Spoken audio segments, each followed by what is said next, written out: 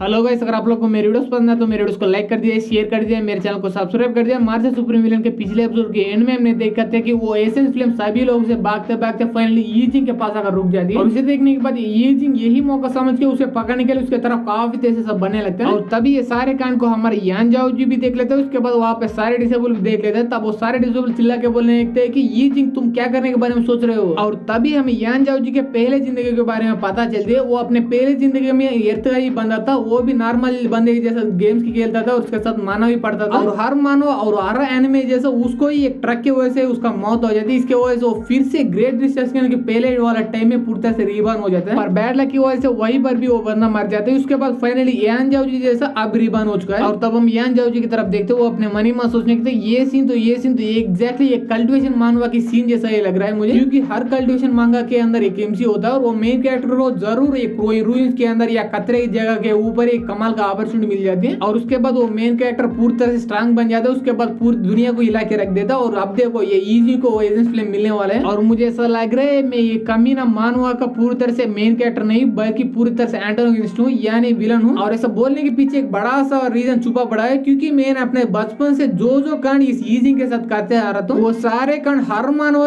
Villain main character से करता है। और उसके बाद फाइनली वो विलन पूरी तरह से कुत्ते की मौत हारता है या मरता है। पर मैं इस बार हर हालत में ऐसा बिल्कुल ही नहीं होने दूंगा, क्योंकि आगे जाकर मैं काफी ज्यादा स्ट्रांग बनूंगा और मैं एमसी को यानी मेन कैरेक्टर को तकलीफ देने की कोशिश भी नहीं करूंगा। ये सोचने के तुरंत बाद हमारे यान जाओ जो यीजिंग के चिल्ला के बोलने लगता है कि जूनियर ब्रदर यीजिंग तुम्हें इतना ज्यादा जल्दी करने की कोई भी जरूरत नहीं, क्योंकि वो एजेंशियल फ्लेम को पकड़ने के लिए कुछ ऐसा स्पेशल इक्विपमेंट चाहिए, वरना उस स्पेशल इक्विपमेंट के बिना कोई पकड़ने की कोशिश करे तो उसका बारी पूरी तरह से जेल को काक हो सकती है। और अगर हम येहू के बारे में बात करें तो उसके पास वो स्पेशल इक्विपमेंट है और तुम्हारे पास नहीं है, तो इसे थोड़ी देर सोच के उसके बाद उसे लेने के बारे में सोचना। ये सुनने बाद यीजिंग चिल्ला के बोलने लगते हैं क्या तुझे सच में ऐसा लगता है कि तुम्हारे ये झूठे बातों पर मैं यकीन करूंगा और एसेंशियल फ्लेम को तुम्हें लेने दूंगा? ऐसा सपने भी नहीं होने वाला, क्योंकि ये एसेंशियल फ्लेम मेरा है और सिर्फ मेरा ही है। ये बोलने के तुरंत बाद वो उस एसेंशियल फ्लेम को टच करने वाला होता है। तब हम देखते हैं वहां पर वो एसेंशियल फ्लेम पूरी तरह से काले कलर के अंदर बदल जाता है और उसके अंदर से जोर से हवा भी बाहर आने लगते हैं। और वो हवा इतना तेज होती है कि उस हवा की वजह से सारे डिसेबल इधर उधर जाकर गिरने लगते हैं। और तभी हम देखते हैं उसी एसेंशियल फ्लेम के अंदर से ये बंदा बाहर आ जाता है, ये रेड हेयर वाला बंदा। और इस बंदे के बारे में हमारे यान जाओ जी को पहले ही पता होता है। इसके वजह से वो उस बंदे के देखने के बाद पूरी तरह से गुस्सा आ जाते हैं। इसके बाद वो अपने मनी में सोचने थे ये कमीना है तो वो रेड स्पिरिट का लीडर है। मुझे पहले ही लगा था कि वो एसेंशियल फ्लेम नॉर्मल इतना आसान से कोई भी बंदे को नहीं मिलता, पर मुझे इतना आसान से दिख गया। और अब मुझे पूरी तरह समझ आ गई है वो एसेंशियल फ्लेम असली नहीं बल्कि इस बंदे की पूरी तरह से चाल है। और उसके बारे में एक सेकंड के लिए साइड में रखो। इस बंदे को या इसकी पूरे ऑर्गेनाइजेशन को मेरे फादर ने जाकर पूरी तरह से कुटाई कर डाला, तो इसलिए इस बात का बदला लेने के लिए ये कमीना मेरे ऊपर रिवेंज लेने के लिए यहाँ पर आ चुका होगा। और सच में होता है ये रेड हेड वाला बंदा चिल्ला के बोलने लगता है कि तुम यान नाम के बच्चे, तुम्हारे फादर ने मेरा और मेरा ऑर्गेनाइजेशन का पूरी तरह से बेच दिया है, तो इसलिए उसका ही बदला लेने के लिए मैं यहाँ पर आ चुका हूँ। और एक बार तुम्हें जान से मार डालू, उसके बाद मैं तुम्हारे फादर के पास जाकर तुम्हारे फादर को भी जान से मार डालूंगा। ये सुने तुरंत हमारे यान जाओ जो अपना सारा आर्टिफैक्ट को बाहर निकाल लेते हैं। इसके बाद बोलने लगता है कि अबे साले तू अभी से यहाँ से नहीं जाओ तो मैं तुम्हें जान से ही मार डालूंगा, क्योंकि मैं इतना काफी गुस्से में हूँ, मैं तुम्हारे ऊपर बिल्कुल ही दया नहीं दिखाऊंगा। अगर तेरे पास इतना औकात है जाकर मेरे फादर के साथ ही फाइट करो। और सारे बातों को इग्नोर करके वो रेड हेड वाला बंदा एक जोरदार अटैक कर देता है, पर हमारे यान जाओ जी के ऊपर नहीं बल्कि यीजिंग के ऊपर। और तब हम यीजिंग की तरफ देखते हैं उसको वो एसेंशियल फायर मिल चुका होता है। इसके वजह से वो अपना रिंग के अंदर की वो सील को पूरी तरह से खोलने में लगा हुआ होता है। और सारे कांड को देखने के बाद यान जाओ जी इसके साथ येहू दोनों हिल जाते हैं। तब येहू पूछने लगता है कि मास्टर यहाँ पर असल में क्या हो रहा है? वो रेड हेयर वाला बंदा आपको छोड़कर उस यीजिंग को क्यों अटैक कर रहा है? ये सुनने के बाद यान जाओ जी थोड़ी देर से सोचता है। इसके बाद बोलने लगता है कि मुझे ऐसा लग रहा है उसको मेरे फेस के बारे में और मैं कैसे दिखता हूँ उसके बारे में बिल्कुल नहीं पता। और उस बंदे ने ये सोचा होगा कि जो भी बंदा उस एसेंशियल फ्लेम में लेगा वही बंदा वो यान जाओ जी होगा। एक सेकंड में सही से सोचूं तो उस रेड हेयर वाला बंदे को मेरे नाम तक भी नहीं पता था, इसीलिए उस यीजिंग को मैं समझ के उसको ऊपर अटैक कर रहा होगा वो कमीना। ये बोलने के बाद ये अपने मनी में सोचने लगता है कि मुझे ऐसा लग रहा है एग्जैक्टली अभी भी ऐसा ही हो रहा है, क्योंकि मैंने जो कल्टिवेशन मांगा वो पहले पड़ा हुआ है। सारे मांगा के अंदर पता नहीं कहां से पर अचानक कोई नया विलन आ जाता, आने तुरंत बाद बिना किसी वजह के एमसी से साथ यानी मेन कैरेक्टर के साथ पंगा लेता है। उसके बाद उसको जान से मारने की कोशिश करता है। अरे यार मुझे पहले काफी ज्यादा बुरा लगता था मैं यहाँ कम विलन होने की वजह से, पर अब मुझे काफी ज्यादा खुशी हो रही है। और तभी हम यीजिंग की तरफ देखते हैं उसको भी फाइनली उस अटैक का भनक लग जाती है। इसके बाद वो अपने ऊपर की तरफ देखने के बाद चिल्लाने लगता है कि अबे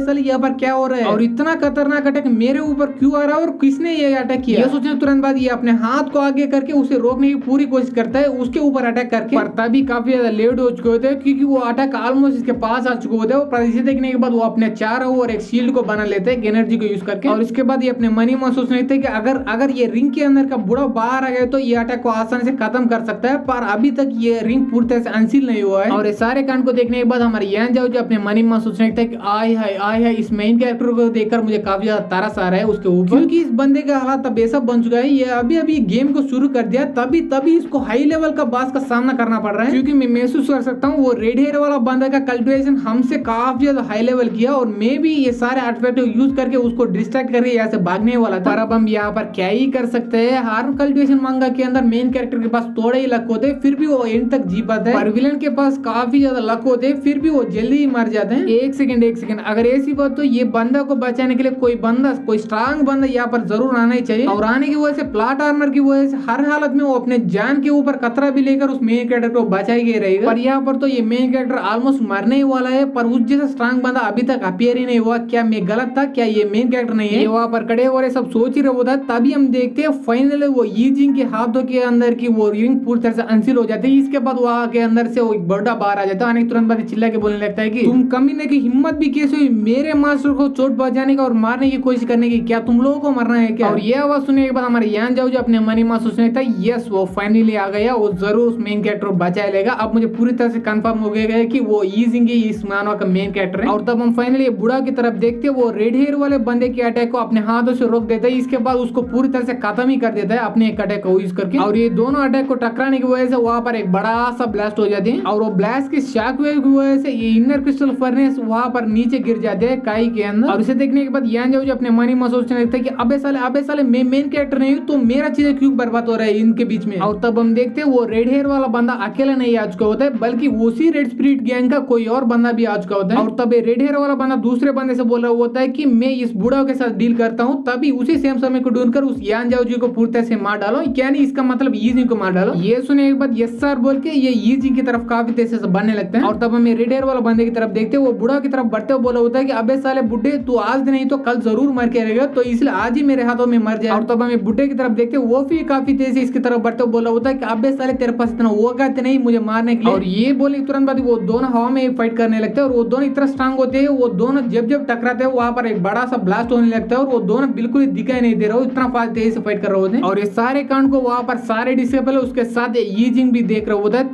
तभी हम देखते हैं उसके पीछे वो रेड स्पिरिट गैंग का दूसरा बंदा आ जाता है और उसके बाद बोलने लगता है कि अबे साले हम यहाँ पर तुम्हारे फादर की वजह से तुम्हें मारने के लिए आया है, तो इसलिए अगर तुम्हें किसी को दोस्त देना चाहते हो तो तुम्हारे फादर को दोस्त दो। ये बोलने के तुरंत बाद ये यीजिंग के ऊपर अटैक करने वाला होता है। तभी हमारे एपिसोड ये पर खत्म हो जाते हैं। अगर आप लोगों को ये एपिसोड पसंद आए तो एपिसोड को लाइक कर दिए, शेयर कर दिए, मेरे चैनल को सब्सक्राइब कर दिए। And thanks for watching guys.